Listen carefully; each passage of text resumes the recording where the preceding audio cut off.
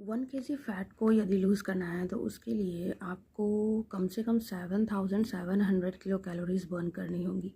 तो ये आप ऐसा कर सकते हैं कि एक हफ़्ते में आप 1100 कैलोरीज़ डेली बर्न कीजिए, तो आपकी 1 kg जो वेट है वो एक हफ़्ते में लूज़ हो जाएगी। अगर आप सिर्फ डाइट पे ही फोकस करते हैं, सिर्फ आप डाइट को स्किप कर देते हैं या फिर आप फास्टिंग रखते हैं, तो उससे क्या होता है कि हमारी बॉडी जो है वो रेस्ट मोड में चली जाती है। देन हमारा मेटाबॉलिज्म उसकी वजह से स्लो हो जाता है, तो हमारे डाइजेशन इश्यूज उसमें बढ़ जाते हैं।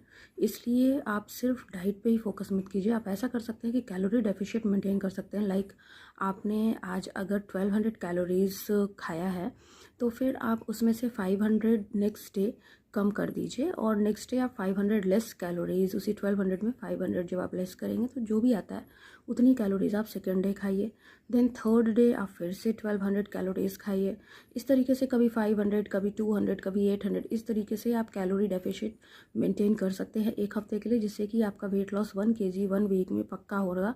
और ये जो वेट लॉस होगा ये आपका, फिर से आपने कभी कोई चीट मील की या कुछ भी खाया तो उससे आपका ये वेट लॉस दोबारा नहीं बढ़ेगा। कि कई बार ऐसा होता है कि लोग नहीं खाते हैं, वाटर फास्ट करते हैं या फिर फास्टिंग करते हैं, जिसकी वजह से उनका थोड़ा बहुत वेट लूज़ 1 या 2 दिन में हो जाता है। बट अगर उन्होंने एक स्वीट खा लिया, एक मिठाई खा ली, या फिर थोड़ा सा उन्होंने कैलोरी बर्न कर लिया, तो वो फिर उनको जो होता है तो 2 दिन में या 3 दिन में उनका फिर से वेट जो है बैक हो जाता है। तो इस तरीके से मेहनत करने का कोई मतलब नहीं है।